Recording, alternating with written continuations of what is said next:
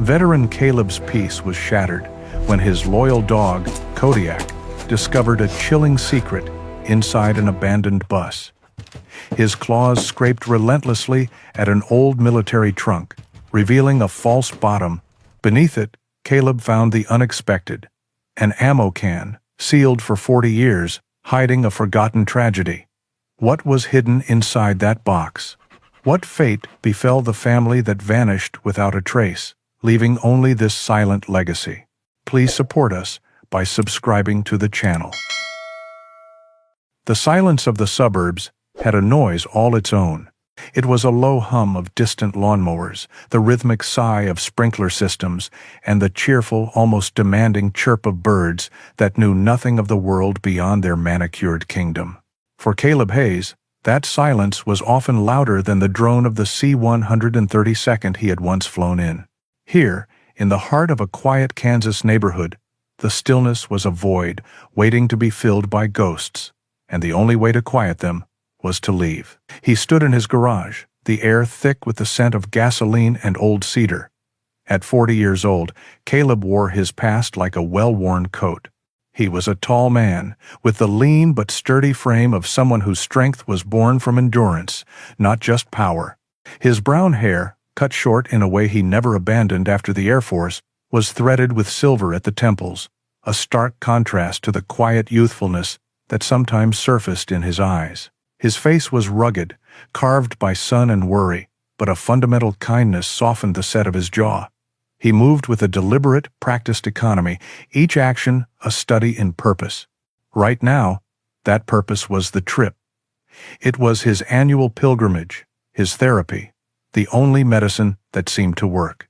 He carefully placed a heavy-duty canvas tent into the back of his pickup truck, securing it with a worn bungee cord. Beside it sat a cooler, 2 waterproof duffel bags, and a locked metal case containing his fishing gear. Everything had its place. Control was a comfort. A wet nose pressed against the back of his hand, and Caleb glanced down. Looking up at him with intelligent amber eyes was Kodiak, his inseparable companion. Kodiak was a 4-year-old German shepherd of striking appearance. Instead of the typical black and tan, his thick double coat was a swirl of wolf gray and brilliant white, giving him an almost ethereal look in the dim garage light. He was large for his breed, with a powerful chest and an alert, noble posture. But his temperament was one of gentle, unwavering loyalty. He sat patiently, his entire being focused on Caleb, waiting for the next signal, the next shared moment. Caleb reached down and scratched behind the dog's pointed ears. "Almost time, buddy," he murmured, his voice a low rumble. He had named him Kodiak, after the formidable bears of the Alaskan wilderness. It was a name that represented untamed strength, a symbol of the raw, powerful nature he sought on these journeys. It was everything the suburbs were not. It was a reminder of a world that was honest in its dangers and beautiful in its solitude. "Taking off again, Caleb?" The voice made Caleb straighten up. Mr. Henderson from next door stood at the edge of the driveway, leaning on a rake. He was a kind, retired mailman with a round belly and a perpetually cheerful disposition. "Morning, Mr. Henderson," Caleb said, his tone polite but reserved. "Just for a couple of weeks." "Good for you," the older man beamed. "Gotta use that vacation time. The wife and I are thinking about a cruise next year. You should try it sometime. All-you-can-eat shrimp, you know." Caleb offered a small, non-committal nod. He couldn't imagine a worse hell than being trapped on a floating city with thousands of people. The thought made the muscles in his shoulders tighten. He felt Kodiak shift beside him, leaning his weight against Caleb's leg. The dog always knew. He was a living, breathing anchor to the present moment, pulling Caleb back from the edge before he even realized he was drifting. "Sounds nice," Caleb managed to say.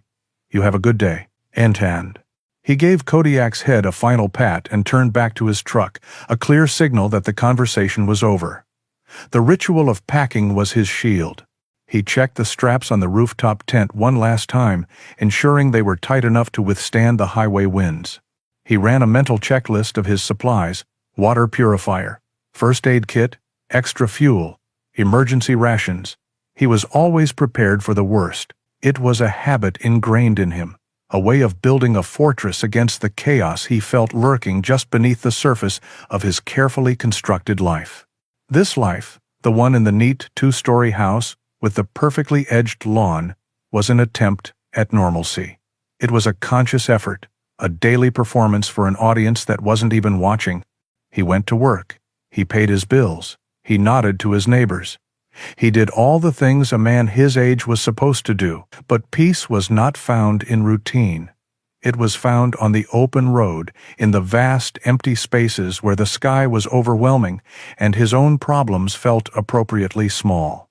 Finally, everything was ready. The garage was tidy, the house was locked. There was nothing left to do but go. "All right, Cody, load up."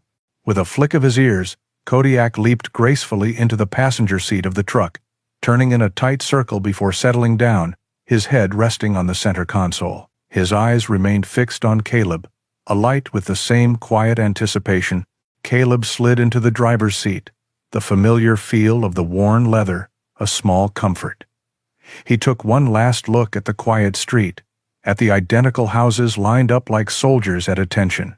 He started the engine, the powerful rumble, a welcome disruption to the suburban hum.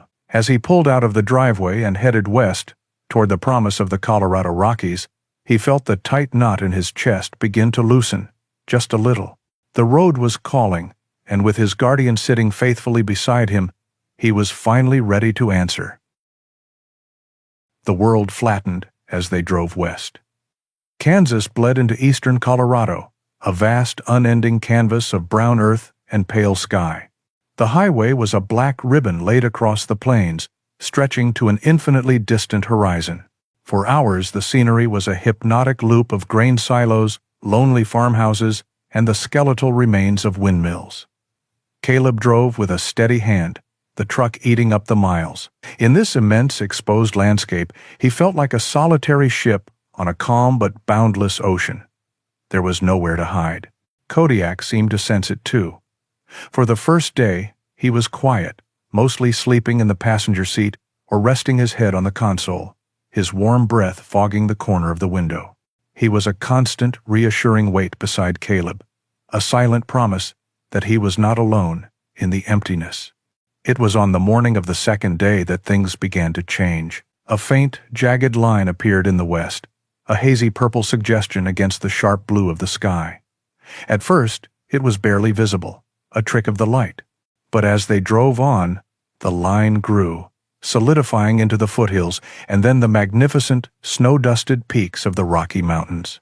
Caleb felt a shift inside his own chest, a subtle release of pressure he hadn't even been aware of. He took a deep, clean breath, the first one that felt like it reached all the way to the bottom of his lungs. The flat, open plains had reflected his own internal landscape, a place of vulnerability and endless horizons where memories could ambush him from any direction. The mountains, however, were different. They were a fortress. They were a sanctuary. "Look at that, Cody," Caleb said softly. The dog's ears twitched, and he raised his head, his amber eyes following Caleb's gaze to the rising peaks. A low, happy whine rumbled in his throat. By afternoon, they were climbing. The air grew thinner and cooler, scented with the sharp, clean fragrance of pine. The straight, monotonous highway gave way to winding roads that hugged the sides of the mountains. The world was no longer flat and exposed, but vertical and enveloping. Towering pines and aspens with leaves of shimmering gold formed a dense canopy, the sunlight filtering through in dappled, shifting patterns. They had left the world of manicured lawns and noisy silence far behind. This was a different kind of quiet, a living silence filled with the whisper of wind through the trees and the distant call of a hawk. They entered the boundaries of the Gunnison National Forest, the sign a welcome landmark. Caleb didn't head for the designated campgrounds with their numbered sites and concrete fire pits. He was looking for something else. He turned the truck onto a well-maintained gravel road, then onto a smaller, less traveled dirt track that branched off into the deep woods. For another hour, they bumped and jostled along the path, forging deeper into the heart of the forest until the sounds of any other vehicle had completely faded away. Finally, he found it. The track opened into a small, grassy clearing sheltered by a ring of ancient ponderosa pines. A clear, fast-moving stream gurgled happily along one edge, its water tumbling over smooth, gray stones. It was perfect. It was isolated, peaceful, and utterly wild. "This is it, buddy," Caleb announced. "Home for a while." He worked with the same methodical grace he had in his garage. He positioned the truck, unlatched the rooftop tent, and unfolded it into a neat, elevated shelter. While he worked, Kodiak explored their new territory with intense focus. His nose twitched, cataloging 1,000 new smells. He trotted to the edge of the stream, lapped at the cold water, and surveyed the surrounding woods with the proud bearing of a king inspecting his domain. As dusk began to settle, painting the sky in shades of orange and violet, Caleb had a small, crackling fire going. He sat in his canvas camp chair, a tin mug of coffee warming his hands, and watched the flames dance. Kodiak lay at his feet, his head resting on his paws, his body relaxed but his senses still alert. The healing had begun. The first few days fell into a simple, peaceful rhythm. They woke with the sun, the mountain air so crisp it was a shock to the system. Mornings were for exploring. They would hike for miles along the stream, Caleb's boots crunching on fallen pine needles, Kodiak trotting ahead with his tail held high. Caleb's focus, usually scanning for threats, was now drawn to the small wonders around him. The iridescent blue of a dragonfly's wing, the intricate pattern of moss on a fallen log, the way the light caught the spray from a small waterfall. In the afternoons, Caleb would take his fly rod down to the stream. The repetitive motion of casting the line, the gentle art of placing the fly just so on the surface of the water, was a form of meditation. His mind, usually a turbulent storm of thoughts and memories, grew quiet, focused only on the line, the water, and the hope of a strike. He didn't care if he caught anything. The act itself was the reward. Evenings were the quietest time of all. After a simple meal cooked over the fire, Caleb would lean back in his chair and read from a worn paperback novel. The only sounds were the crackle of the fire, the murmur of the stream, and the gentle sigh of the wind. The ghosts that haunted his suburban home did not follow him here. There was no room for them. The sheer, overwhelming presence of the wilderness filled every empty space, leaving him feeling not small, but connected, a part of something vast and ancient and profoundly peaceful. He was, for the first time in a long time, simply present. For 4 days, a gentle peace settled over their small clearing. The rhythm of the wilderness became their own, a steady, predictable pulse of dawn, daylight, dusk, and darkness. On the afternoon of the 5th day, Caleb sat on a large, sun-warmed boulder by the stream, watching Kodiak. The dog was a picture of contentment, lying in a patch of clover with his paws crossed, occasionally snapping playfully at a butterfly that drifted too close. The air was warm, and the only sounds were the endless chatter of the water and the distant, rhythmic tapping of a woodpecker. The change was as sudden as a crack of lightning in a clear sky. Kodiak's head shot up, his ears swiveling like radar dishes. His body went rigid, every muscle tensed. A low, guttural whine escaped his throat, a sound Caleb had not heard since their arrival. He rose from his patch of clover, his playful demeanor vanishing completely, replaced by an intense, agitated focus. He stared fixedly up the side of the mountain, into a dense, trackless section of forest they had not yet explored. His nose twitched, sampling a scent on the breeze that was imperceptible to Caleb. "What is it, Cody?" Caleb asked, his own sense of peace evaporating. The dog ignored him. He took a few stiff-legged steps toward the trees, his gaze locked on something unseen. He let out a sharp, insistent bark, then turned to look at Caleb, his eyes burning with a clear, urgent message. He barked again, a sound that echoed unnaturally in the quiet afternoon, and then nudged Caleb's hand hard with his wet nose. He was not just alerting, he was demanding. Caleb stood up, his years of training kicking in. This was not the dog's usual reaction to a squirrel or a deer. This was something else entirely. It was the same unwavering certainty Kodiak displayed moments before Caleb's own night terrors would take hold. A primal instinct that something was profoundly wrong or out of place. He knew better than to ignore it. Trusting Kodiak was as natural as breathing. But he would not go in blind. The soldier inside him, the part that checklists and risk assessments had kept alive, took over.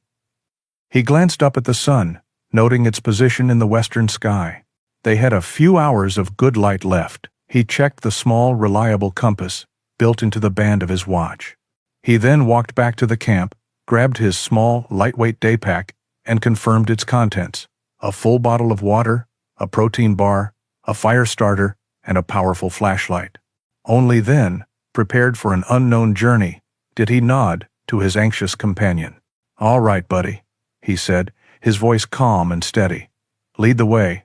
Kodiak didn't hesitate. He plunged into the dense undergrowth at the base of the mountain, forcing Caleb to follow. There was no trail here. They pushed their way through thickets of wild raspberry bushes whose thorns snagged at Caleb's jeans. They scrambled over moss-covered rocks and ducked under the low-hanging branches of ancient pines. The terrain grew steeper, and soon Caleb's legs burned with the effort of the climb. Through it all, Kodiak moved with a relentless purpose, pausing only to make sure Caleb was still behind him before pressing onward. They followed the ghost of a dry creek bed for a time, its stony path offering slightly easier passage. Caleb could feel the atmosphere changing. The air grew stiller, the forest darker and more claustrophobic. The familiar, cheerful sounds of the woods faded away, replaced by an expectant hush. It felt like they were entering a place that had been sealed off from the world, a place that held its breath. After nearly an hour of strenuous climbing, Kodiak stopped abruptly. He stood at the edge of a wall of impossibly dense fir trees, their branches knitted so tightly together that they formed a dark green curtain. The dog whined softly, pawing at the ground, indicating that their destination lay just beyond. Caleb took a deep breath and pushed his way through the abrasive branches. He emerged into a small, shadowed clearing and stopped dead. It was a bus. A full-sized, old-fashioned school bus. Its iconic yellow paint faded to a sickly mustard color, large patches of it eaten away by rust that bled down its sides like old wounds. It was tilted at a strange angle, its front wheels sunk deep into the soft earth as if the forest were slowly swallowing it whole. Moss grew in thick velvety carpets on its roof, and tenacious vines snaked their way in and out of the shattered window frames.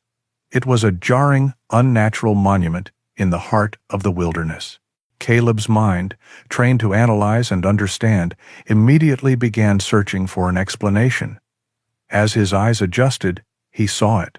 Beneath the layers of pine needles and fallen leaves, there was the faint, unmistakable line of a roadbed. It was not a trail, but a wide, flat track, clearly man-made, that ended abruptly a few yards behind the bus in a jumble of rocks and earth, the clear evidence of an old landslide. The pieces clicked into place. This was an old service road, not meant for public travel. He remembered the canceled dam project he'd read about, a massive government undertaking from the late 1970s that was abandoned in the early 1980s due to budget cuts and environmental protests. This road would have been part of it. The bus must have been driven up here, and the landslide must have trapped it, cutting off its only escape. It was a relic, stranded and forgotten for nearly 40 years. Kodiak stood silently beside the bus's half-open door, no longer agitated. His work was done.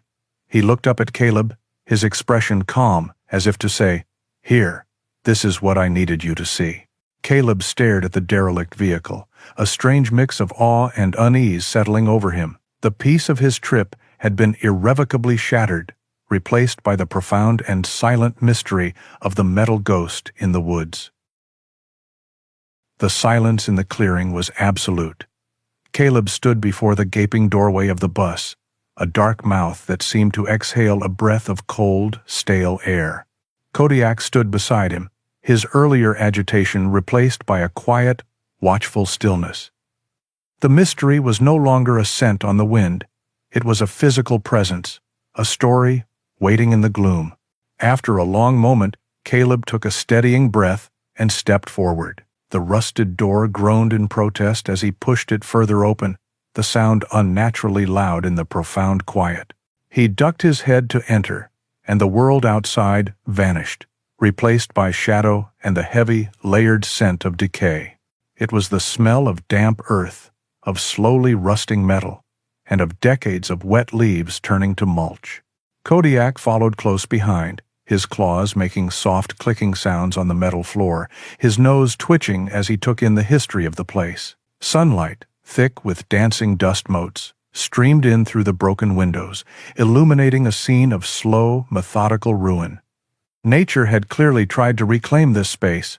Piles of brown, brittle leaves clogged the corners, and long, dark streaks of water stains marked the walls and ceiling where rain and melting snow had found their way in. A fine green dust of pollen and mold coated almost every surface. It was a tomb, Caleb thought at first, a place where something had simply come to an end. But as his eyes adjusted to the dim light, he saw that he was wrong. It wasn't just an end, it was also a beginning. Beneath the layer of decay was the unmistakable skeleton of a home. The rows of passenger seats were long gone. In their place, someone had built a life with determined, resourceful hands. A small, sturdy table made from a thick slab of pine was bolted to the floor on one side. Opposite it, a long bench, fashioned from the same wood, served as seating. Further back, two narrow bunks were built against the walls, their simple frames a testament to function over form.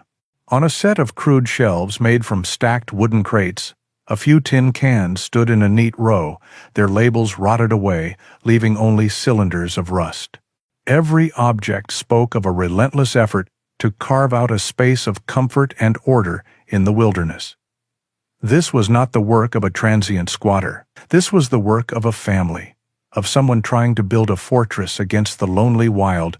In the far back corner stood a small pot-bellied wood stove, its pipe jutting awkwardly through a hole cut in the roof. Its cast-iron body was covered in a deep, flaky layer of orange rust, but Caleb could imagine the warmth it must have provided, a defiant beacon of heat against the brutal mountain winters. He ran a hand over its cold surface, feeling the grit of the rust on his fingertips. He thought of the person who had hauled this heavy object all the way up here, who had cut through the metal roof and sealed the pipe, all for the simple, profound comfort of a fire.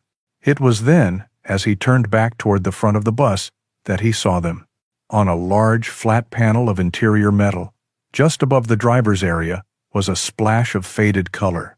This part of the bus was more sheltered, the window beside it miraculously intact, protecting the wall from the worst of the elements. At first, Caleb thought it was just a strange pattern of discoloration in the old paint. But Kodiak seemed to notice his interest and padded silently over, sniffing at the base of the wall. Caleb moved closer, his curiosity piqued. He gently brushed a layer of fine dust from the surface with the side of his hand. The shapes beneath became clearer, their colors muted by time but their forms unmistakable. They were drawings, children's drawings, made with the clumsy, earnest strokes of a crayon. His breath caught in his throat. There was a crooked yellow sun with long, spidery rays shooting out in every direction. Beside it was a small, square house with a triangle roof and a puff of smoke curling from its chimney, a perfect, idealized image of a home drawn from inside this metal substitute. And next to the house were three stick figures, a tall one, a slightly smaller one, and a tiny one in the middle, all of them holding hands. Their faces were simple, happy circles. Caleb stared at the drawings, his heart aching, with a sudden, overwhelming wave of emotion. All the other items, the stove, the table, the cans, spoke of survival, of a grim and practical struggle against the elements. But this was different. This spoke of a life being lived.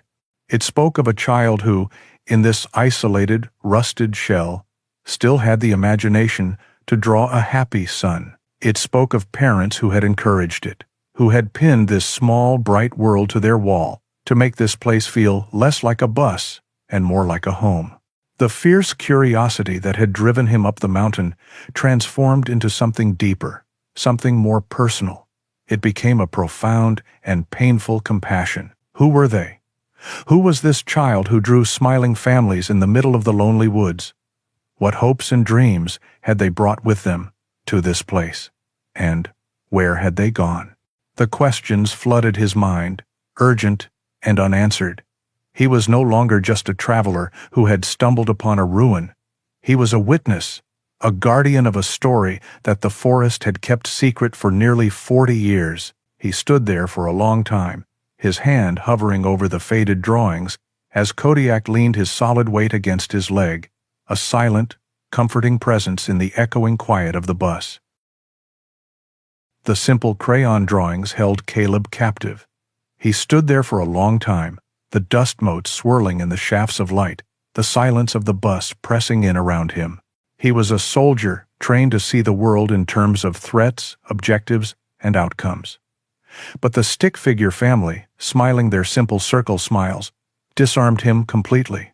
They spoke a language of universal hope that cut through all his training, reaching a part of him he thought had been buried long ago. A child lived here. A child had been happy here. A quiet whine from Kodiak broke the spell. The dog had moved to the back of the bus and was sitting patiently beside the smaller of the two bunks, the one that was clearly meant for a child. It was as if he knew Caleb's attention needed to be drawn there next. Caleb followed, his steps slow and reverent, careful not to disturb the sacred dust of the place. Tucked beneath the simple wooden frame of the bunk was an old wooden box, something that might have once held apples or tools. Its sides were grayed with age, and a fine web of cracks ran through the wood. He knelt down, the floor groaning under his weight, and carefully pulled it out. The lid was not latched. He lifted it slowly. Inside, nestled on a bed of dried leaves and pine needles that had likely blown in over the years, lay the remnants of a childhood. The first thing he saw was a small wooden car. It was crudely carved, its wheels simple wooden discs, its body painted a bright red that had since been worn down to a dull, faded pink on its corners and edges. Caleb picked it up. It was light in his hand, yet it felt heavy with the weight of imagined journeys across the metal floor, of small hands pushing it through imaginary landscapes, complete with the whispered sounds of a tiny engine. Beside the car lay what was left of a doll. It had been made of wool, but time and moisture had been unkind. It was now a fragile, almost ghostly shape. Caleb reached for it, but as his fingers brushed against the fabric, the delicate threads gave way, and the small figure seemed to sigh into a pile of faded, colorless fibers and dust. He pulled his hand back as if he had broken something precious. The sight of its quiet disintegration was a powerful, painful reminder of how fragile everything was, how easily a cherished object, and perhaps a life, could be unmade by time. He set the wooden car back in the box gently, a deep sense of sorrow settling in his chest. He felt like an intruder, a trespasser in the most private chambers of someone's life. It was as he pushed the box back under the bunk that his eyes caught something on the wooden frame of the window just above the small bed. They were faint, silvery lines etched into the dark, weathered wood, pencil marks. He leaned closer, his heart beginning to beat a little faster. They were not random scratches. They were a series of horizontal lines, each one placed carefully above the last. Beside each line were two things: a date, written in small, neat handwriting, and a name, Anna. His eyes traced the progression. The first line, near the bottom, was dated August 1982. The next one, a few inches higher, was August 1983. The dates continued, marking the passage of each year with a new line, each one a little higher than the last. He saw August 1984, August 1985. The final mark, the highest one, was dated August 1986. 986. And then, there were no more. Caleb stood up, a lump forming in his throat. It was a height chart, a loving, patient record of a little girl's growth, measured once a year on what was likely her birthday. This was not just a trace of life, this was proof of it. It was evidence of a family's quiet celebration, of parents watching their daughter grow taller and stronger in this wild, forgotten place. A powerful connection, stronger than anything he had felt yet, surged through him. He, Caleb, had spent years of his life dealing in endings. He had seen life in its final, brutal moments. He knew the geography of loss all too well. But this simple set of pencil marks on a wooden frame was the opposite. It was a testament to a life that was unfolding, a life that was growing, a life filled with the unspoken promise of a future. He reached out and gently traced the highest line, the one marked 1986, with his finger. He could almost feel the presence of the child, Anna, standing here proudly, her back straight against the wall as a father or a mother made the mark. He could almost hear their quiet laughter. The intimacy of the moment was overwhelming. In that instant, the family was no longer anonymous. They had a daughter named Anna. They had loved her enough to measure her growth, year after year. They had hopes for her. He, a soldier who had tried to build walls around his own heart, found those walls crumbling. He felt a fierce, protective instinct rise within him, a need to know what had happened to this little girl. Why did the marks stop? The question hung in the silent, heavy air of the bus, a silent scream that echoed in the chambers of his own scarred heart. Caleb stood frozen by the window, his finger still tracing the faint pencil mark that represented the last recorded year of a little girl's life. August 1986. The date was a cliff edge, a sudden stop with a terrifying, unknown drop on the other side. The questions that had swirled in his mind quieted, replaced by a single, heavy feeling of sorrow. He was no longer just a curious stranger. He felt like a mourner, standing vigil in a place where a family's hope had been so carefully, so lovingly recorded. The sound that broke the silence was low and insistent, a soft scratching like nails on old wood. Caleb turned his head slowly. Kodiak was no longer sitting patiently. He was standing at the foot of the larger bunk, the one that must have belonged to the parents. His entire body was tense with purpose, his tail straight and low. In front of him was a dark green, metal-edged footlocker, a standard-issue military trunk from a bygone era. Faded stenciling on its side was no longer legible, but its rugged, functional shape was unmistakable. Kodiak whined again, a high, anxious sound. He sniffed intently along the seam of the lid, then raised a paw and scratched at the surface, his claws making a sharp, scraping sound. He looked back at Caleb, his amber eyes wide and urgent. The message was as clear as a spoken command. "Look here." Caleb's grief was momentarily pushed aside by a surge of adrenaline. He knew that look. He had seen it before on missions, the unwavering focus of a trained dog that had found something vital. He moved away from the window and knelt beside Kodiak, placing a calming hand on the dog's powerful shoulders. "Easy, boy. What did you find?" He ran his hands over the trunk's cold, dusty surface. The latches were rusted but not locked.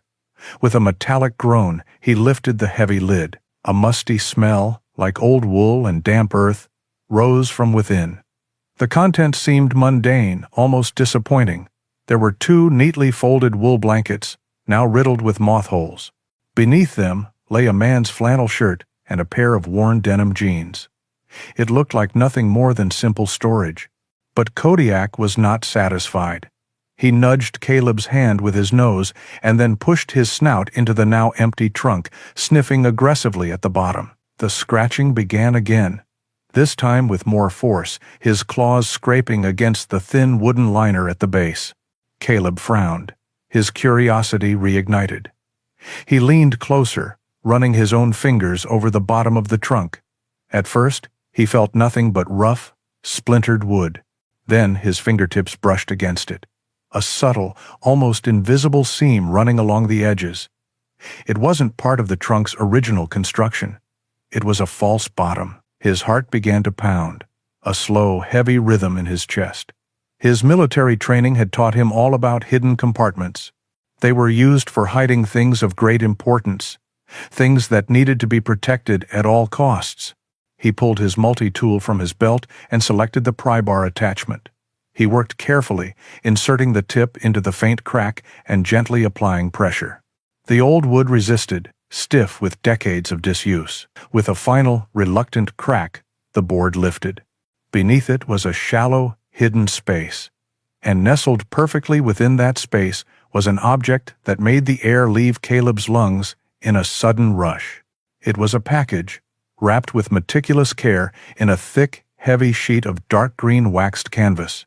The fabric was stiff and smelled faintly of oil and age, its purpose clear, to provide a final, desperate barrier against the relentless mountain moisture. Caleb's hands trembled slightly as he lifted the bundle out. It was heavier than he expected. He placed it on the floor of the bus and slowly, carefully, unfolded the stiff corners of the canvas. The object inside was a dark, olive-drab metal box, an ammo can. Specifically, a .50 caliber ammunition can.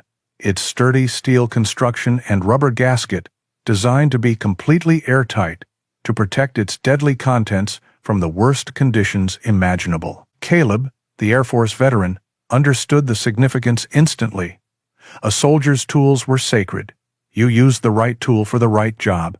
And if the job was to protect the most precious, irreplaceable part of your life, you used the strongest, most secure container you had. You used an ammo can. The man who had lived here, the father of the little girl named Anna, had taken a tool of war and repurposed it to serve as an ark, a time capsule to safeguard his family's memory. The sheer, desperate care of the act was a gut punch. It spoke of foresight, of love, and perhaps of a terrible fear that this was the only way their story would ever survive. Caleb knelt there on the dusty floor, the heavy metal box before him, his hand resting on its cold surface. He didn't open it. Not yet. He simply stared at it, the weight of the secrets it held pressing down on him, a silent sentry guarding the heart of a world forgotten. Time seemed to have stopped inside the bus. Caleb knelt on the floor, the heavy ammo can cold beneath his hands. Outside, the sun was beginning its slow descent, and the light filtering through the broken windows shifted from bright white to a soft, golden hue. Kodiak sat beside him, a silent, watchful presence, his body a warm and solid anchor in the echoing silence. For a long moment, Caleb did not move. He felt the profound gravity of the moment, the sense that he was about to cross a threshold from which there was no return. With a deep breath, he reached for the latch. It was stiff, but it gave way with a loud metallic snap. He lifted the lid, and as the rubber gasket broke its seal for the first time in nearly 4 decades, there was a faint but distinct hiss.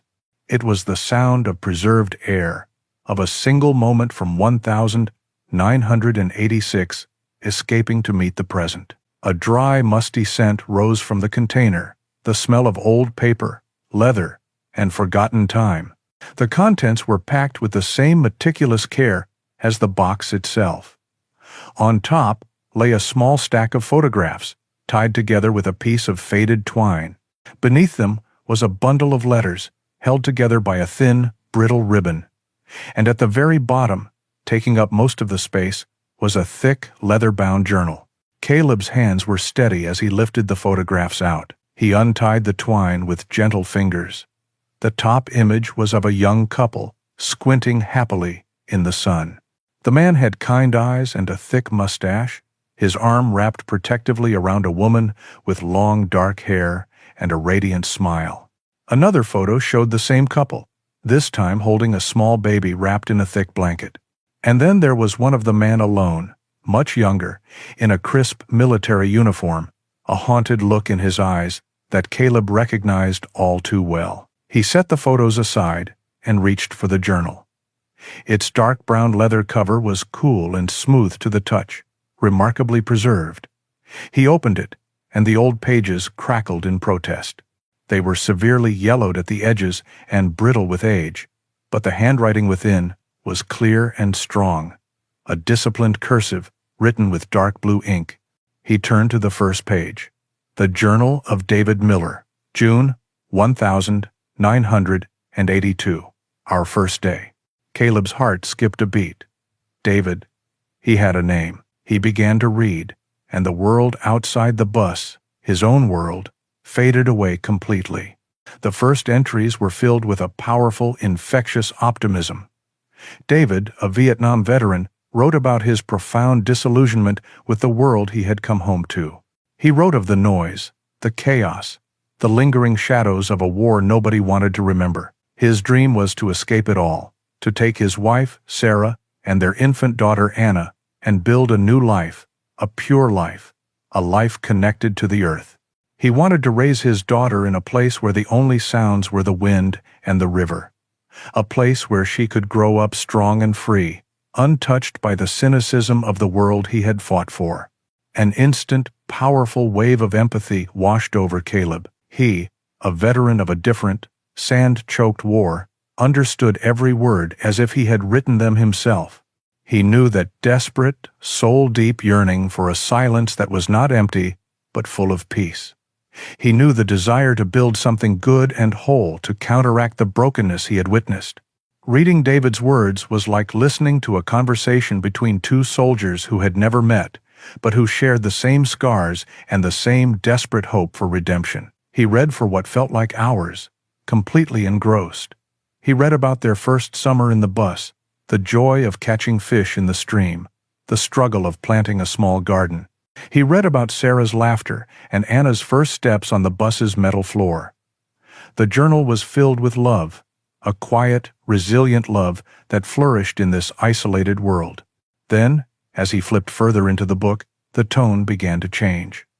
The entries grew shorter, more sporadic. The hopeful prose was replaced by stark, practical observations about the weather, the dwindling food supply, and the first signs of a winter that arrived too early and refused to leave.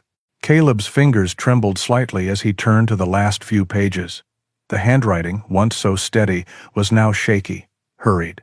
The final entries were a harrowing chronicle of their desperate struggle. November 1986. The snow is already 3 feet deep. The trap lines are empty. December 1986. Sarah's cough is worse. The firewood is running low. I am so tired. The final entry was dated just after Christmas. The ink was slightly blurred, as if a tear had fallen on the page. The 27th of December, 1986. The fever won't break. Sarah is weak, and Anna is so frightened. The food is almost gone. I have failed them.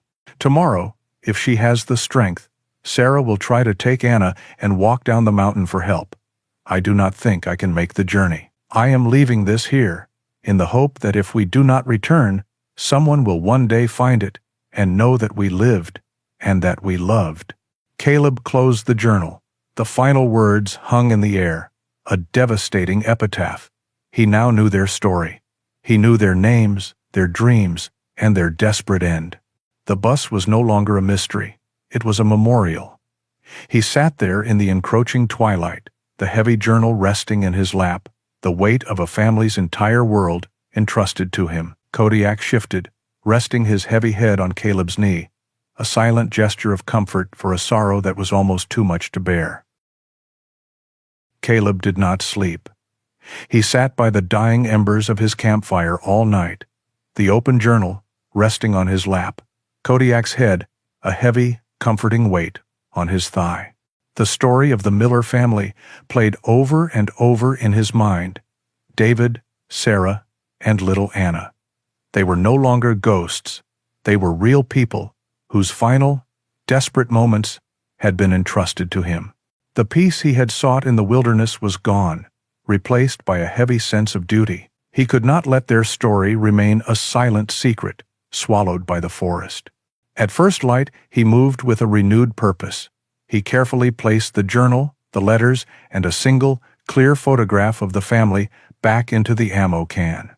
He then placed the can itself deep inside his pack. He broke down his camp with swift, efficient motions, leaving the small clearing exactly as he had found it. As the sun rose over the mountain peaks, the truck was packed, and they were on the move, bumping back down the dirt track toward civilization. Their destination was the small town he had seen on the map, Silver Creek. It was nestled in a narrow valley, a collection of old brick and wooden buildings that looked like they had stood firm against a century of harsh winters. A single main street ran through its center, lined with storefronts that had changed little over the decades. It was a town that felt steeped in its own history, a place where memories might be held as tightly as the mountains that surrounded it. He found what he was looking for at the end of the street, the Silver Creek Historical Society and Museum. It was a humble, single-story building made of dark, sturdy timber, a former mining payroll office, according to the plaque by the door. Leaving Kodiak in the truck with the windows cracked and a bowl of fresh water, Caleb stepped inside. The air was cool and smelled of old paper, lemon polish, and time itself. The room was filled with glass display cases containing mining tools, faded photographs of stern-looking pioneers, and artifacts from the town's founding.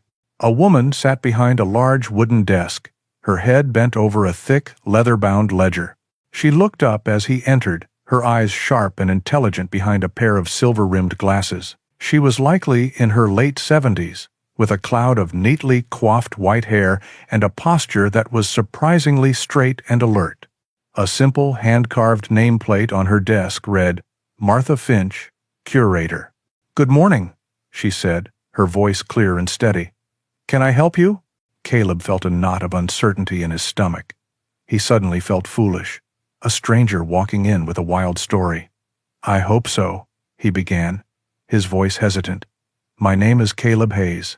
I'm a visitor, just camping up in the National Forest. I found something, and I was hoping you might know something about it." Martha's expression was patient, professional. "We get a lot of folks who find old bottles or mining relics. What did you find?" Caleb took a deep breath. A bus. An old school bus, stranded way up on a washed-out service road. It was turned into a home. He paused, then decided to lay it all out. "I also found this." He carefully pulled the photograph of the Millers from his pocket and placed it on the desk. "And a journal. It belonged to the father, a man named David Miller. He was a veteran, from Vietnam." He watched her face closely. At the mention of the bus, her expression remained neutral. But when he said the name, and especially when he mentioned that David was a veteran, a subtle flicker of something shifted in her sharp eyes. A vague memory, a ghost of a story from long ago, had been stirred. She picked up the photograph, holding it delicately by its edges. She stared at the smiling faces for a long time. "Miller," she murmured, testing the name on her tongue. "And he was a veteran, you say?" "Yes, ma'am," Caleb confirmed. Martha looked up from the photo, her gaze distant. "I remember something," she said slowly, her voice softer now. "It was a long time ago.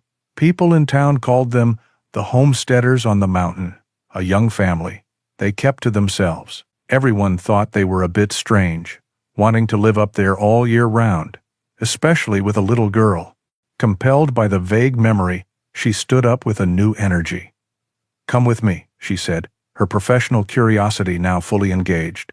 She led him through a doorway into a small back room, a cramped archive filled with tall metal filing cabinets and cardboard boxes stacked high.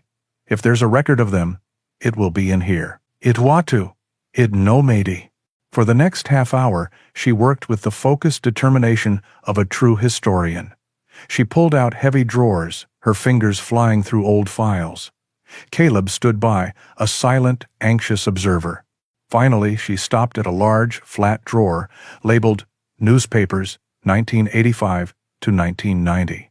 She carefully lifted out a stack of yellowed, brittle newspapers, the local Silver Creek Chronicle, and laid them on a table. "After a winter like the one we had in 1986, people would take stock," she explained, her voice muffled as she scanned the pages. If someone from up in the mountains hadn't been seen for a while, the sheriff would organize a party to check on them come spring. Her fingers stopped on a headline partway down a page. She turned the newspaper so Caleb could see. The date at the top read the 12th of April, 1987. The headline was stark. Search for missing family called off. There was a grainy photograph of a snow-covered landscape. The article detailed the brief, unsuccessful search for the Miller family. It mentioned their abandoned truck found near the trailhead and the impassable snowpack that had hampered the search party. The final paragraph concluded that the authorities believed the family had likely packed up and moved on before the worst of the snow had hit, leaving no forwarding address. Caleb stared at the article. Here it was. The official story. A neat, tidy explanation that closed the case and allowed the town to forget. He looked at the date. This was months after David had written his final desperate entry in the journal. He was now holding the public record, and in his pack, he held the private, tragic truth. The two pieces of the story, separated by almost 40 years, had finally been brought together. The archive room was silent, save for the faint hum of an old fluorescent light overhead. Caleb stared at the brittle newspaper, the stark, black-and-white text providing the town's final, incorrect word on the Miller family. They had moved on. A simple, clean explanation that allowed life in Silver Creek to continue, untroubled by the fate of the homesteaders on the mountain. But Caleb held the truth in his pack, a truth far more complex and heartbreaking. Martha looked from the newspaper back to Caleb, her expression a mixture of professional curiosity and gentle sadness. That winter, the winter of 1986, was one of the worst on record, she said softly, her memory stirring. The snows came early and didn't stop. We were cut off for weeks at a time. A lot of old-timers still talk about it. Her words painted a grim backdrop to the final, desperate entries in David's journal. Caleb knew he couldn't keep the rest of the story to himself. This woman, this guardian of the town's memory, deserved to know the truth. He reached into his pack and carefully pulled out the ammo can. From it, he retrieved the small bundle of letters. The newspaper was wrong, Caleb said, his voice low and heavy. They didn't leave. He sorted through the letters until he found the one on top. It was in a different handwriting, a graceful, flowing script. The envelope was addressed to a woman in Ohio, but it had never been sealed, never been sent. He unfolded the single, fragile page. This is from his wife Sarah, he explained. He began to read her last words aloud, his voice filling the quiet room. The letter was a heart-wrenching mix of love and terror.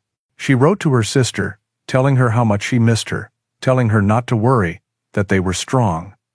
But the confident tone quickly frayed, revealing the desperation beneath. She wrote of David's illness, a fever that had settled deep in his lungs, leaving him too weak to even chop wood.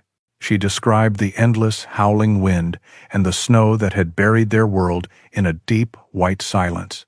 Then came the final, terrible paragraph. She wrote of their decision. David was too sick to travel. Their food was nearly gone. She was going to take Anna and try to walk out, to follow the stream down the mountain in the hope of reaching a logging road. I am so scared, Caleb read, his own voice thick with emotion. But I have to do it, for our little girl. Kiss the kids for me. Tell them about their cousin Anna. I will write again as soon as we get to town. All my love, Sarah. When he finished, a profound, heavy silence settled over the room. Martha had her hand pressed to her mouth, her sharp eyes glistening with unshed tears. The newspaper's tidy explanation lay exposed for what it was, a comforting lie. The truth was so much worse. They had not simply disappeared. They had been defeated in a final, valiant battle against an unforgiving wilderness. Sarah and Anna had walked out into a blizzard, a desperate gamble for survival, while David, the soldier who had survived one war, was left to face his end alone in the cold silence of the bus. Caleb felt the full, crushing weight of it. He was the sole inheritor of this truth. The town had its legend. The newspaper had its official record, but he was the only person on earth who knew the whole story. He knew of their dreams, of David's search for peace, of Sarah's strength, of Anna's lovingly recorded growth. He was no longer just the discoverer of a secret. He was its keeper. The responsibility felt immense. A sacred trust passed to him across the decades. And in that moment of crushing responsibility, a profound realization dawned on him. He looked at the story of David Miller, and for the first time, he truly saw himself. David was a soldier from a different generation, a different war, but his struggle was Caleb's own. David had returned from the jungles of Vietnam to a world that no longer made sense, a world whose noise he tried to escape by building a physical fortress deep in the woods. Caleb had returned from the deserts of Afghanistan and tried to do the same, only his fortress was mobile, a truck and a tent that he used to chase the same elusive peace across the country. Both of them were soldiers haunted by the ghosts of what they had seen, both seeking a quiet place to heal. Both had tried to build something pure and good to counteract the destruction that had been seared into their souls. The parallel was so clear, so powerful, it left him breathless. He understood David's hope, and now he understood his despair. Their lives were two sides of the same coin, two soldiers on the same lonely journey, separated only by time. He carefully folded Sarah's letter and placed it back with the others. The pieces were all there. The puzzle was complete, its final image one of love, sacrifice, and unbearable tragedy. He looked at Martha, whose face was a mask of sorrowful understanding. They were now the only two people who knew what really happened on the mountain. Caleb left the historical society with a quiet nod to Martha. No more words were necessary. In their shared silence, a pact had been made. She was the keeper of the town's public record, and he was now the guardian of the private truth. He walked back to his truck, the weight of the story heavy on his shoulders, and found Kodiak waiting, his tail giving a soft, steady thump against the passenger seat. The drive back to his campsite was a blur of pine and winding roads. The mission that had propelled him to Silver Creek was complete, replaced by a new, final objective. He did not linger at his camp. He packed a few essentials, doused the last of his campfire, and, with Kodiak at his side, began the final pilgrimage up the mountain. The forest felt different this time. It was no longer a place of mystery, but one of solemnity.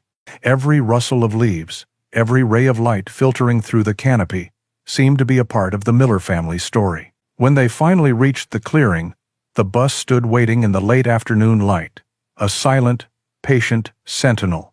Caleb stood before it, the ammo can held respectfully in both hands. Now came the question that had been circling in his mind for hours.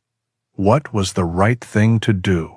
The soldier in him, the man who followed procedure, argued for reporting it. He should call the sheriff, hand over the journal, and let the authorities take over. There would be an investigation, an official record, perhaps a proper burial for whatever remains might be found. It was the correct, orderly thing to do. But as he looked at the bus, so perfectly assimilated into the landscape, a powerful counter-argument rose from his heart. He imagined the scene, the yellow tape, the forensics teams, the news crews tromping through this quiet clearing. He imagined the story of David, Sarah, and Anna becoming a sensationalized headline. Their private struggle turned into a public curiosity. Their sanctuary, the place where they had loved and hoped and fought so desperately to live, would be reduced to an investigation scene. His decision came with a quiet certainty. David Miller had brought his family here to escape the noise and chaos of a world that did not understand his scars. He had sought peace. It would be the ultimate betrayal to posthumously drag him and his family back into that noise. Their story did not belong to the world. It belonged here, in the heart of the forest that had held it for so long. His duty was not to report, it was to protect. He would be their silent sentry, the guardian of their peace. With his path clear, he stepped inside the bus one last time. He walked to the back, to the military trunk, at the foot of the parents' bunk. He lifted the false bottom and gently placed the ammo can back in its hiding place. He laid the faded photograph of the family on top of it before covering it with the wooden panel. He was not burying their story. He was returning it to its resting place, safe and whole. Then he went back outside. The final task remained. He walked to the dry creek bed and began to gather stones.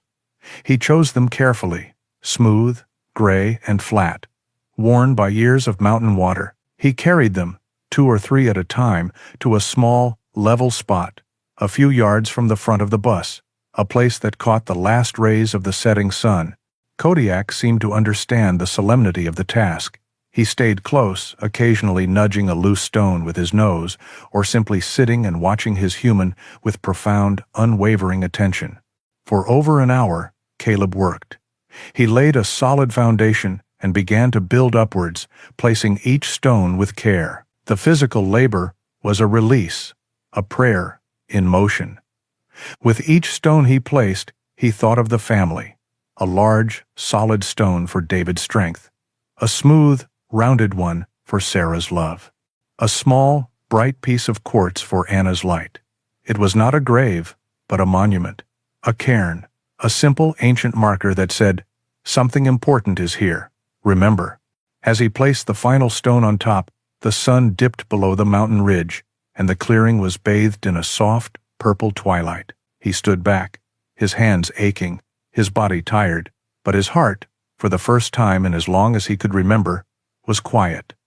The heavy burden of the story had transformed. It was no longer a weight of sorrow, but a grounding sense of purpose. In honoring their struggle, he had somehow come to terms with his own. In protecting their peace, he had found his. He knelt and wrapped his arms around Kodiak's thick neck, burying his face in the dog's soft fur. "Thank you, buddy," he whispered, his voice thick. When they finally turned to leave, Caleb took one last look back. The bus was sinking into the shadows, and the small stone cairn stood dark against the fading light, a permanent testament to a life and a love that would no longer be forgotten. As they walked back down the mountain in the growing darkness, Caleb no longer felt like a man haunted by the past. He felt like a man carrying a legacy. The journey that had begun as an escape had become a homecoming. He was not just returning to his life, he was returning to himself, whole and at peace, with a silent, steadfast guardian walking faithfully by his side.